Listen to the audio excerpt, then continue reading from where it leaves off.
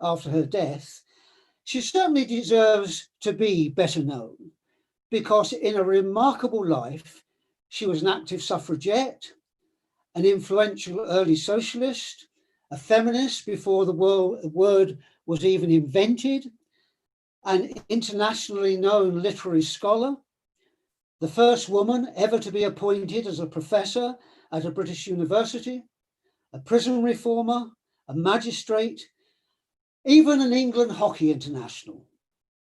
And perhaps most important of all, an active champion of Jewish refugees before, during, and after World War II, right up indeed until her 80s.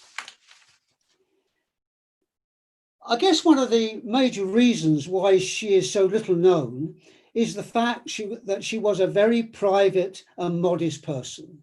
She did write her autobiography 20 years before she died, though it wasn't published until many, many, many years later.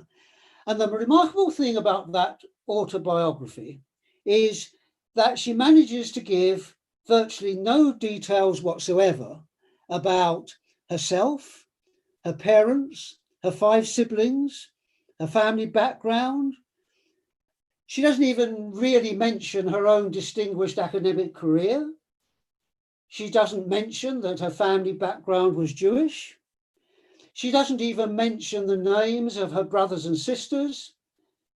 It's clear that she adored her grandmother, but she doesn't mention her name either. Fortunately for me, there are other records, and we don't have to rely solely on Edith's autobiography. Edith Julia Morley was born on the 13th of September, 1875 in Kensington. Her family lived at 25 Craven Hill Gardens. Let me show you a photograph. Quite a little place. And then, as now, that was one of the most fashionable areas of London. And just a stone's throw from Hyde Park. The house still stands exactly as it was when Edith was born nearly 150 years ago. It was a very large house with 7 floors, in which there were 9 bedrooms and 6 sitting rooms. There was a huge dining room, a drawing room, a nursery, a kitchen, servants' quarters. Only 1 bathroom though, and that was up on the top floor. So every jug of hot water had to be carried all the way up the house from the basement to the 7th floor. The children most often took their baths cold. Family had lived there since about 1870, and it needed to be a large house because not only did it house Edith's immediate family, there were 6 children, the parents, the grandmother, and at various times a butler, a housekeeper, a cook, a housemaid, a nurse, a coachman, a parlour maid. It was a very large household. House actually belonged to Edith's maternal grandmother, a lady called Esther Reiser, a woman of very considerable wealth, who rented it to her son-in-law, Edith's father. Esther was quite a remarkable woman in her own right. She was born in 1816 in Stepney. She lived on to the age of 96. She didn't die until 1912. She'd been married in 1838, but became a widow in 1870 and lived the rest of her life with her daughter and son-in-law. The family were upper middle class, very comfortably off. Edith's parents had married in 1860 and were very much an Orthodox Jewish family, though Edith herself ceased to be a practicing Jew when she was 21. We really don't know anything about the family's origins, although her mother's maiden name does suggest at least some German origin. Her father, Alexander Morley, was born in 1837, died in 1915. His parents were Ephraim and Julia Moseley. The family name became changed, who'd both been born in 1808. Edith's father had been born in Westminster, but the family lived variously in Westminster, in Charlton, in Folkestone. He had a brother, Benjamin, and a sister, Maria, who were Edith's uncle and aunt. Alexander Moseley, as he was when he married, had married Leah Reiser in the City of London in June 1860. Leah, Edith's mother, had been born in 1840 in Moorfields in the city. After they were married, they first lived in Hanover Square, which gives some indication of how comfortably off they were, although for reasons not known to us, they moved briefly to Newcastle, where their first child, Floretta, was born in 1862. They were back in London by 1865, when their first son, Ernest, was born in Kensington, and around about 1870, as I said, they moved to 25 Craven Hill Gardens, and they remained there for the rest of their lives.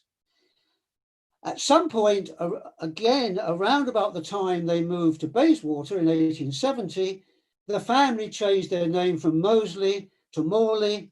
Why is a complete mystery. By profession, Alexander Morley, Edith's father, was a surgeon dentist, as was his brother Benjamin, and as had been their father Ephraim before them.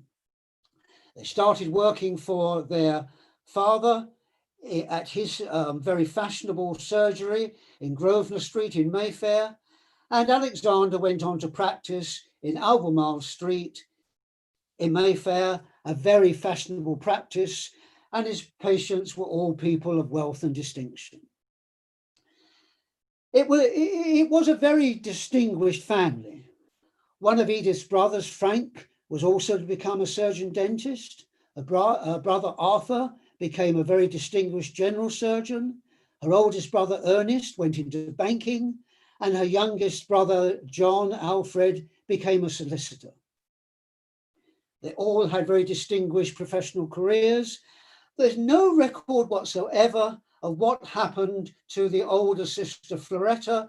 She seemed to, though she lived to the age of 62, there seems to be no indication whatsoever in the records of what actually happened to them. Edith's parents were people of remarkable intellect. Leah, her mother, was a very remarkable woman.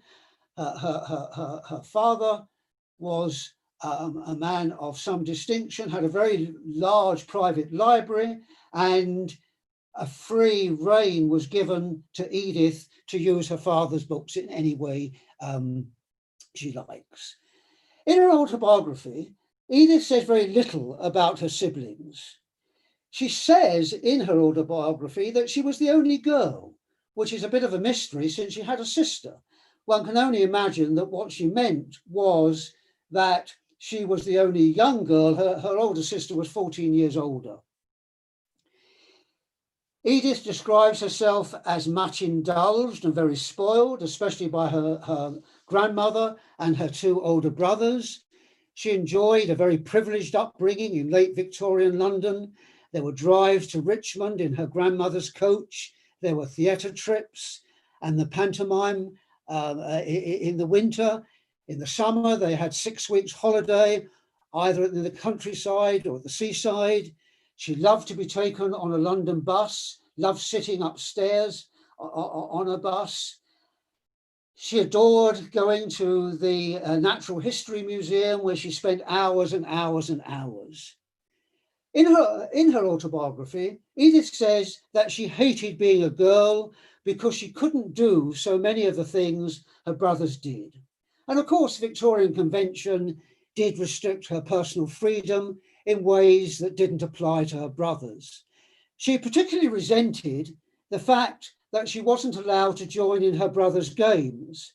Nonetheless, she was something of a tomboy, and she loved to slide down the banisters, climb trees, jump over railings, play hide and seek. And she was taught gymnastics, she was taught to swim. And from the very beginning, she was what we might perhaps today call a very feisty child.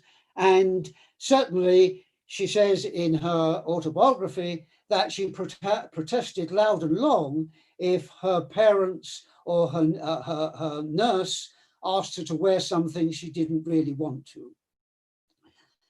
Even as a small child, she knew that she did not want to be educated at home by a governess.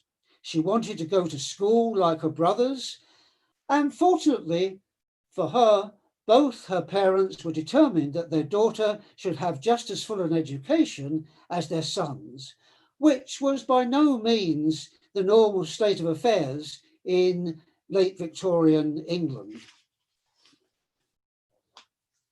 Because of the need for her to be chaperoned at all times, her early education had to be close to home.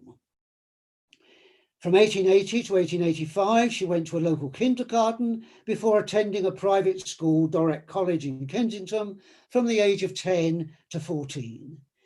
Then in 1889, at the age of 14, she was sent to a finishing school in Hanover in Germany for 3 years, partly in an attempt to inculcate in her the feminine accomplishments that she showed no interest in at home. The principal of the finishing school in Hanover was a close friend of her mother, and at finishing school, she became fluent in both French and German, and her fluency in German was to become important to her 50 years later in ways she could never have imagined in the 1890s. Edith's father was a staunch conservative, and the family was conventionally upper middle class, which meant they had absolutely no social contact whatsoever with the lower classes, as they would have thought of them, or the poor, or anyone in trade. However, as was common in upper middle class families, her older brothers became involved in the establishment of the first Jewish boys' clubs in the East End. And even though she was a little girl, Edith was most interested in this. And from the age of 13, she became involved with the Invalid Children's Aid Association, which raised money to provide holidays for disabled children, which is probably the first occurrence of the application of her social conscience.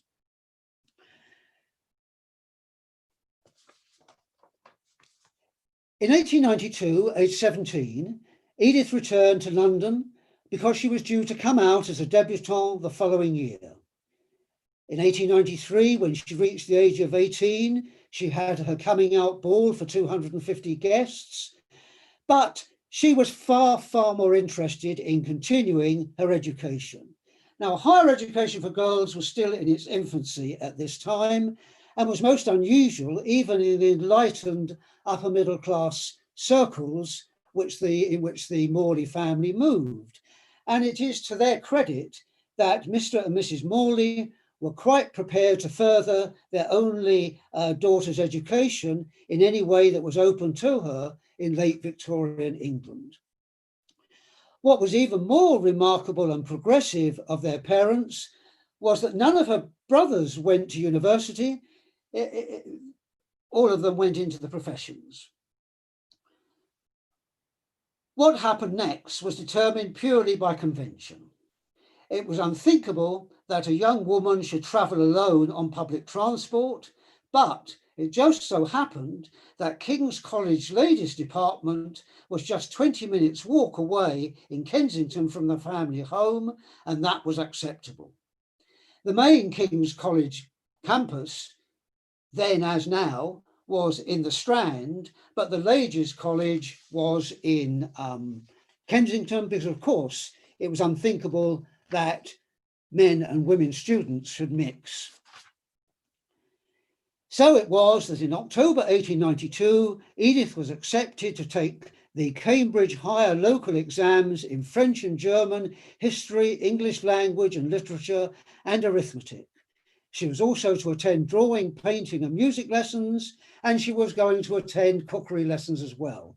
Doesn't sound much like an undergraduate program now, but that's what it was at King's College Ladies Department. Another odd thing in those days was that the students were ladies of all ages, and it really was in no way a real university education until a new principal arrived in 1894, determined to turn it into a proper women's college. New principal was a remarkable woman called Liliane Faithfull, and it was she who asked Edith to read for the Oxford Honours School of English Language and Literature. At that time, women were allowed to take Oxford exams without being resident in the university. And Edith took the exam in 1889. And it was during this period that King's College Ladies Department emerged as a proper college in its own right. There were even sports clubs, and Edith played hockey for the college well enough to be picked to play for England 4 times, on one occasion against the Netherlands in the presence of Queen Wilhelmina of the Netherlands. There was a college parliament where Edith really became seriously interested in politics for the first time. And as well as playing hockey, she also became interested in cycling at the college and joined the bicycle club. The bicycle meant women could get about on their own without chaperones, and Edith went on several cycling tours at home and in Europe. When she passed her Oxford exams, Edith received only the equivalent of a degree, because women were not allowed to receive a full degree. She was, though, recognised as an associate of King's College, and it was only many years later that she was awarded a fellowship of King's College, and it was in 1926, when she was already in her 50s, that she received an honorary MA from Oxford. Her academic career began in October 1899 as a tutor at King's College Ladies Department in German. Her father made no objection to this. He was prepared to support her in her chosen profession as he supported his sons. A few years later, she was recognised as a lecturer of the University of London, and she soon became a lecturer in English literature at the King's College Ladies Department. And that was to be the main interest of her academic career throughout the rest of her life.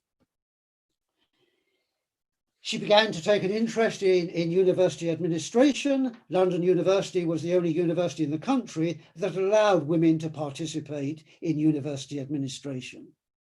And while she still worked in London, Edith had many other interests. She loved the theatre and the opera. She loved to eat out in cheap Italian and French restaurants in Soho. It would have been considered very bohemian. In fact, she would have been considered very bohemian herself.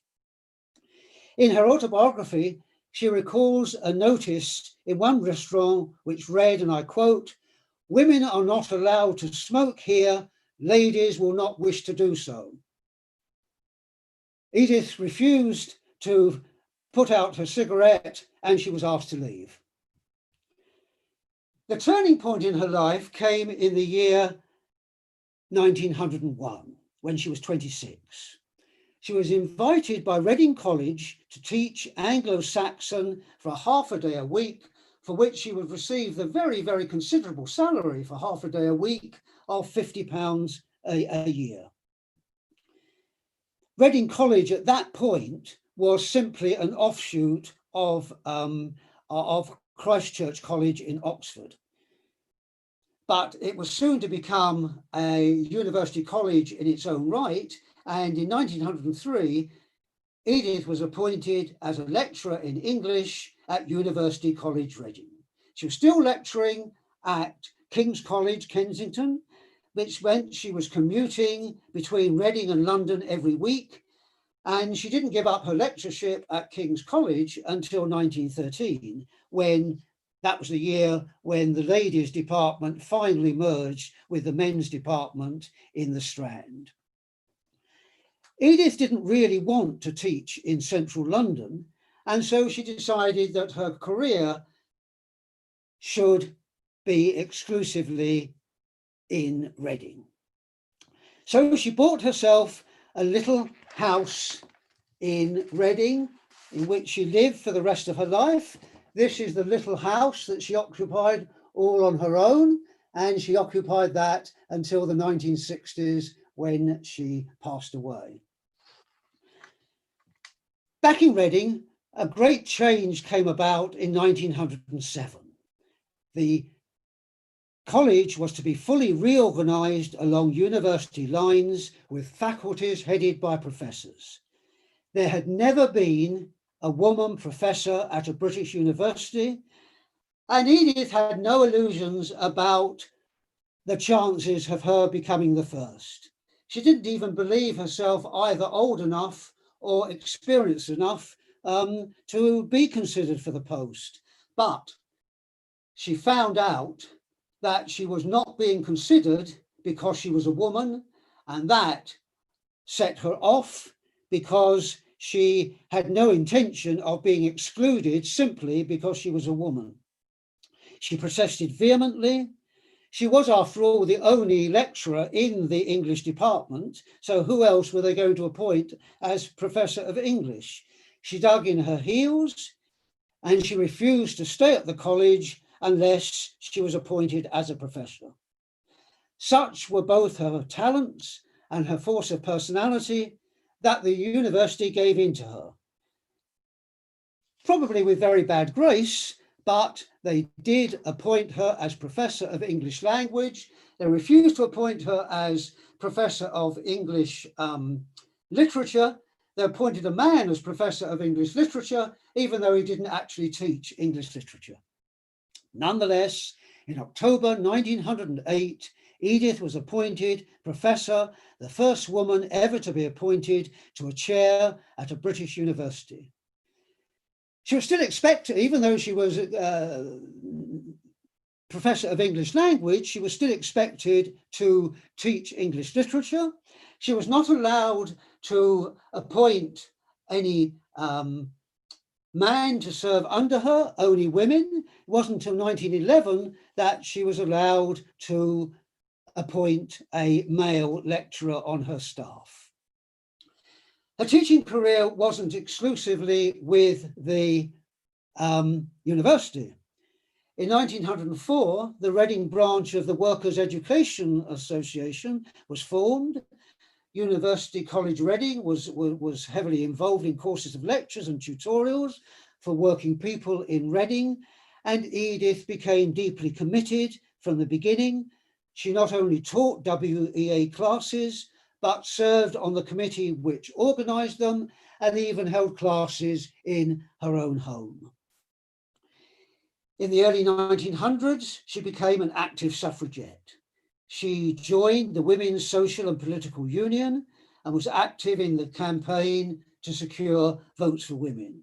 She marched on demonstrations and used her title of professor to write letters in support of women's suffrage to the Times, describing herself as Professor Morley. On one occasion, having received a lot of letters from this Professor Morley on the subject, the Times sent a journalist to Reading to interview this Professor Morley. When he arrived and found that Professor Morley was a woman and not a man as he'd expected, he walked out in disgust. She supported the WSPU financially, always wore its colours in its badge, but she would have nothing whatsoever to do with its campaign of violence. She was not going to throw bricks through windows or chain herself to the railings of public buildings. And it's also at this time that she was converted to socialism by reading William Morris's utopian socialist work, News from Nowhere. She joined the Fabian Society, which had been founded in 1884, dedicated to the advancement of democratic socialism. And one can only wonder what her family, all of whom were staunch conservatives, thought about that. She soon became a member of the Fabian Society's executive committee. She was a very active member of its women's group.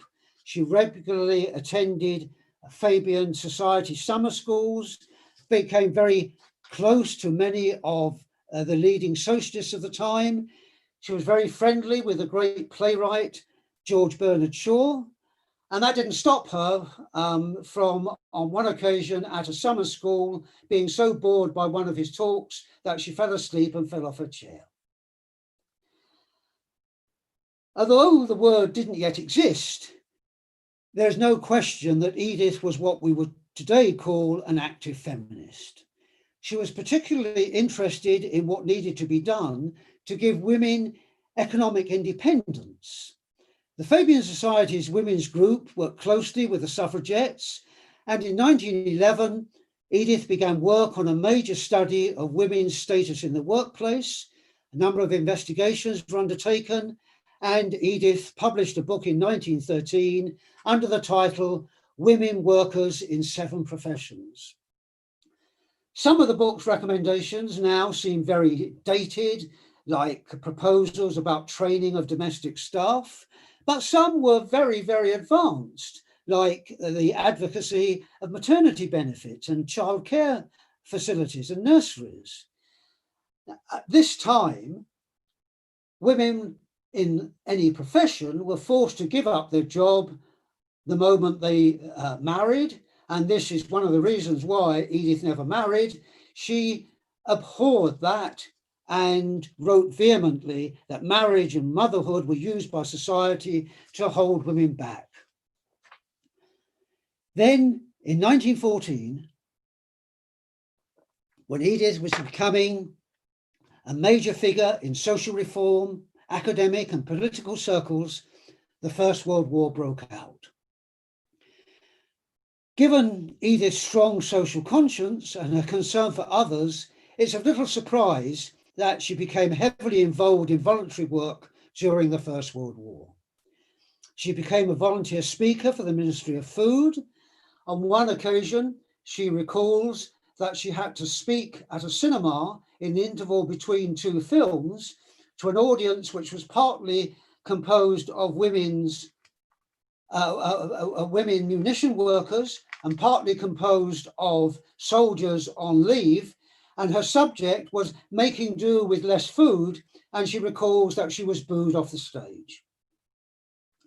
She was very active in helping Belgian refugees who'd fled to Britain when Germany invaded Belgium in August 1914, and she wrote that that was her first exposure to refugees who had experienced occupation of their country by a ruthless invader.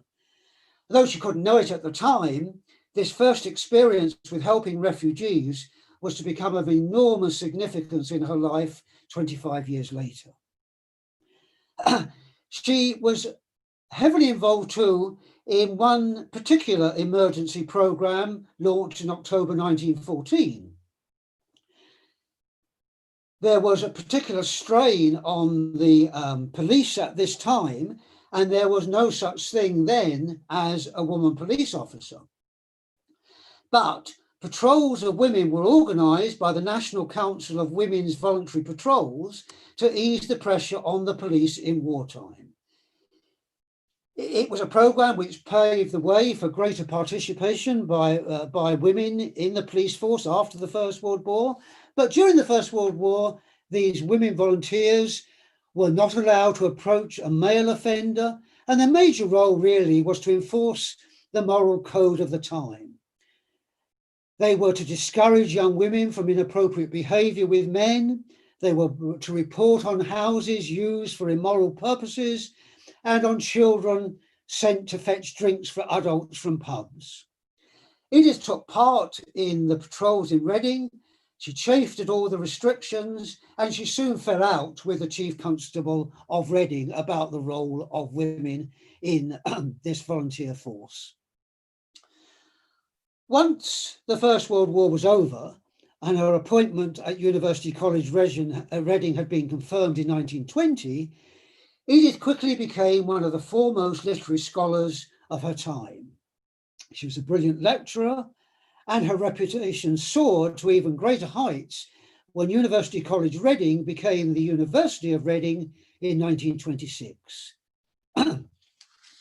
Her work on English literature, particularly the English literature of the 18th century, became something of world renown.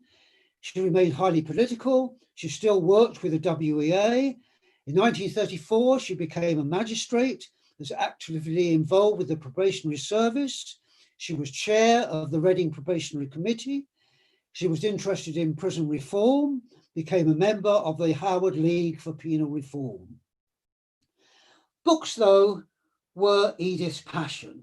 And I'm going to read you an epilogue she wrote to her autobiography, which was written in 1944, quite soon after she retired. She wrote in that epilogue a revealing paragraph, which read like this: "Primarily, my life has been devoted to scholarly pursuits and the study of literature. I've keenly enjoyed many things: out-of-door activities, long tramps in the country, boating, swimming, various games and forms of athletics. I've welcomed intercourse with all sorts and conditions of men, women and children, and delighted in the give and take of conversation, while travel at home and abroad has given me many happy holidays. But always the stable background has been that of books, which have exerted the most enduring influence upon my life and which have been my most stimulating guides and companions." Although she was known always and to everyone for the rest of her life as Professor Morley, Edith retired from the University of Reading on the 29th of September 1940 when she reached 65. She didn't want to retire, and at once she sought other work, preferably to help the war effort. She did a little teaching at Liverpool University for a time. She lectured to the armed forces, but what she really wanted was war work. She was invited to serve on the Ministry of Labour Domestic Hardship panel, and she served on the reception committee for child evacuees from the London Blitz sent to the Reading area. But what she never obtained was the important role in government service, which many senior male academics received during the war years. And that was almost certainly because she was a woman. But that's probably a good thing, because the role she went on to play in the Second World War was of huge importance and touched many lives much more directly than anything she could have done as a temporary civil servant, however senior. And that was her work for Jewish refugees from Hitler's Europe. In fact, it had been in 1938, 2 years before she retired and a year before war broke out, that Edith became involved in refugee work. Shortly after Kristallnacht, in November 1938, Edith was asked by a cousin whether she could help secure a place at Reading University for a German Jewish refugee student. She managed this, and eventually she secured 3 free places a year for Jewish refugees at Reading University. She contacted the then Mayor of Reading, and a meeting was set up, which resulted in the formation of the Reading and District Refugee Committee on the 13th of December 1938. Because she spoke fluent German and her Jewish background, Edith became honorary secretary to the committee, and in practice, she was at the heart of everything it did. Indeed, she did much of everything it did. She was its organizing genius. She had an interest in everything. And after her retirement from Reading University, it was to become the main focus of her life and remained so until she was well turned 80. From the very beginning, Edith's main concern was with Jewish refugees. She found the term enemy alien abhorrent for Jewish refugees. She fought against the internment of male Austrian and German Jewish refugees in 1940. She publicized the poor conditions they suffered and the harsh way they were sometimes treated. She did everything she could to secure their release. And she was particularly concerned with the children. And she was exhilarated that so many turned out well. In her autobiography, she mentions a Czech Jewish boy who she was able to find a place for at Reading University. He obtained a first-class honours BSc and went on to do important research work at the Air Ministry.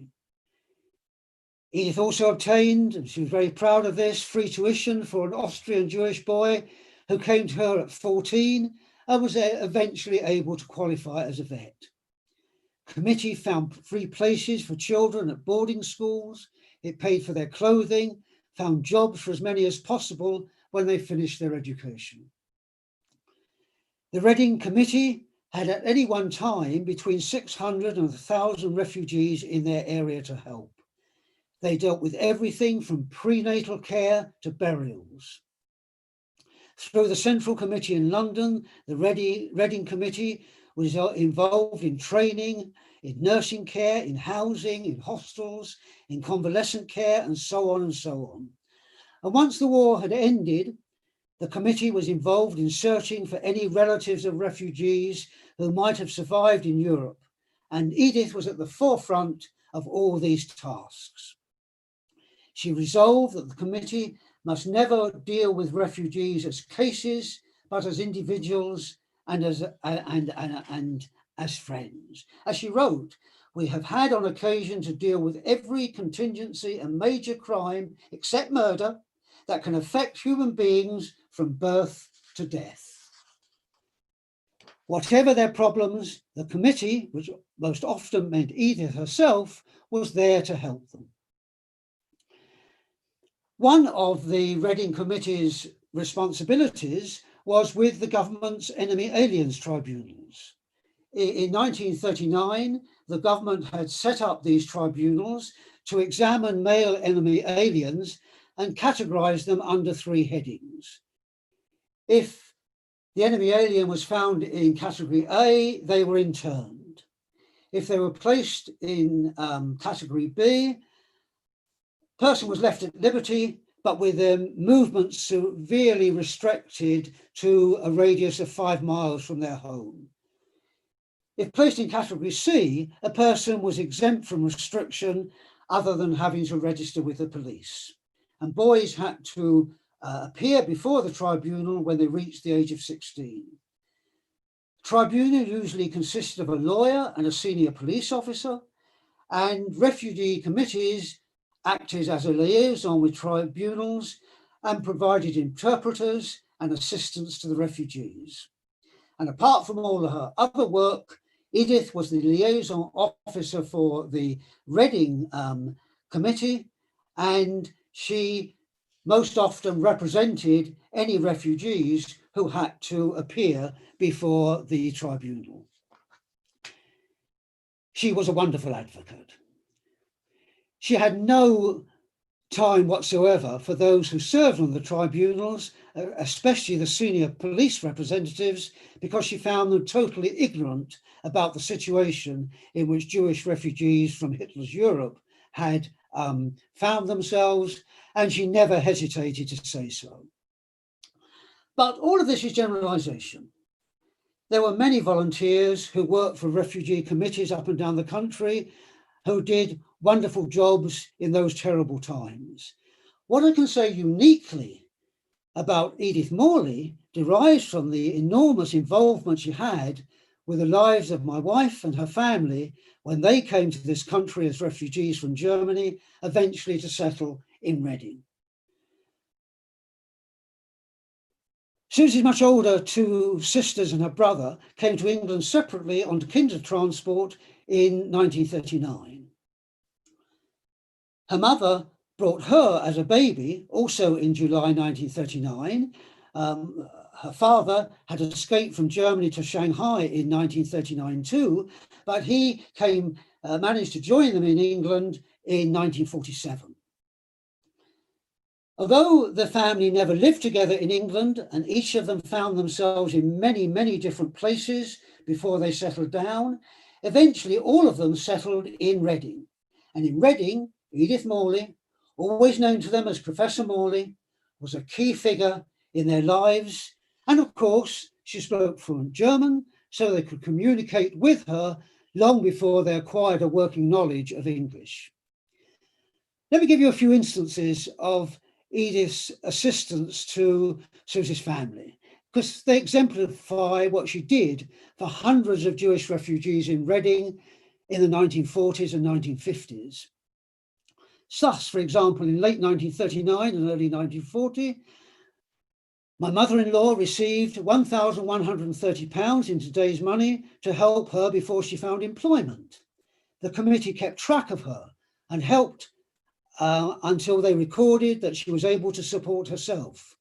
When she became very ill with asthma in 1942, the committee arranged and paid for convalescence at a home in Surrey, even paid her fares. The records of the committee show that Edith personally involved herself in advising on personal problems encountered by Sue's older sister, who was then in her late teens. From the time that her sister arrived in Reading in 1940, age 16, to the time she married, aged 18 in 1942, the committee records a concern with where she was living and what she was doing. Her brother received very practical help. He was supplied with shirts and socks by the committee. He was already 14 in 1939 when he arrived in England, so too old for school. However, the committee kept a close eye on him, recorded his various jobs and the wages he received, and generally concerned itself with his well-being. The committee even noted that he joined the Boy Scouts. When he was 16 in 1941, he had to appear before the Aliens Tribunal, and the records show that Edith Morley was involved in his case in her role as liaison with the tribunal. He was placed in Category C and went on to volunteer for the British Army and joined the Parachute Regiment. Once the war was over, the committee helped in the process of getting Sue's father to this country from China. At every stage, Edith made herself available to help the family, and Susie says that her mother always sought Professor Morley's advice whenever any family problem of any sort arose. Susie spent her early years from the time she arrived in England, aged 11 months in 1939, until she was 9.5 in January 1948, in either foster homes or children's homes.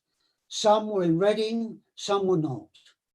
In many cases, it was the Reading Refugee Committee which made the arrangements, and we know from the records that Edith was personally involved. When my father-in-law arrived in England in 1947, my wife was in a hostel for Jewish children in Tunbridge Wells. Again, it was Edith who was personally involved in arranging for her to transfer to a home in Reading, and a few months later to at last live with her parents.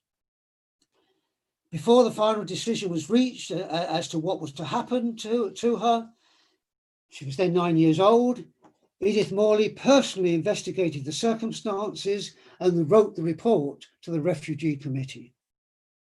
The entire time that Susie was in foster or children's homes, the Reading Committee was responsible for directly meeting the costs through funds provided by the Home Office. Susie remembers meeting Edith Morley a number of times between 1948 and 1956. She recalls that she was a formidable lady, quite tiny, and with her grey hair worn in a tight bun.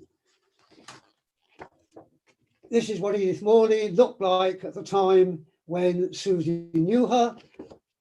I forgot to show you, this is Edith as a young woman. Susie was absolutely terrified of her.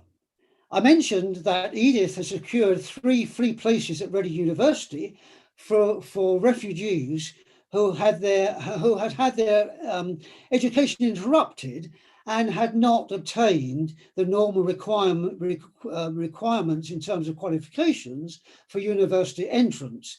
And they were very high in the 1940s and 50s. And in 1956, the terrifying Professor Morley offered one of those places to Susie. She didn't take it because she wanted to go to Teachers Training College. There are times now that far too late, of course, when she wonders whether she made the right decision. What I think is that it must have been a very brave 18-year-old who said no to Professor Morley. I'm perfectly certain that I couldn't have done. And all of this is what Edith Morley and her Reading and District Refugee Committee did for just one German Jewish refugee family. The records show that they were helping up to 200 families during those years.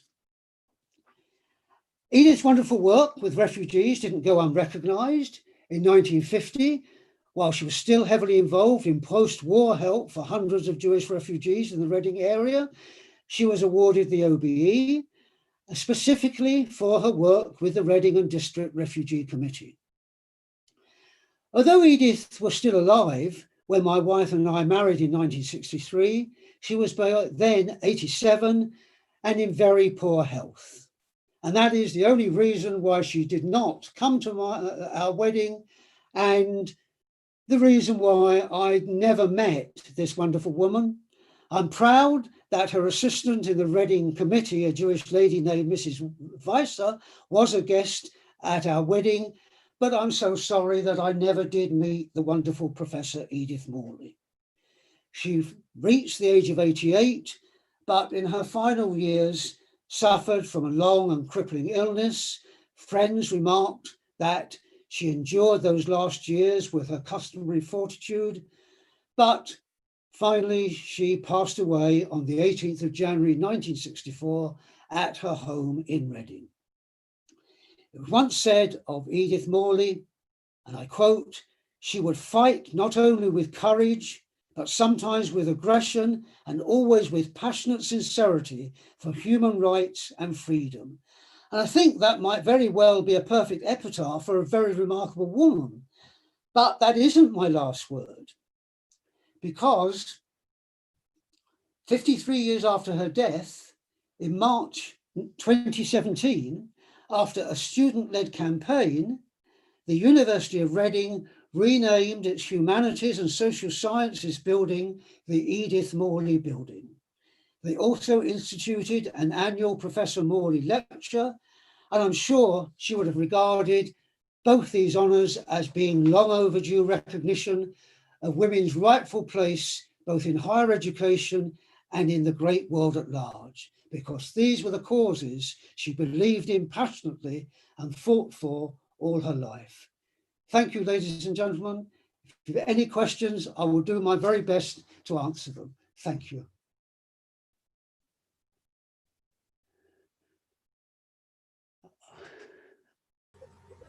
Thank you very much indeed. If you have any questions, then please raise your hand or indicate in some way.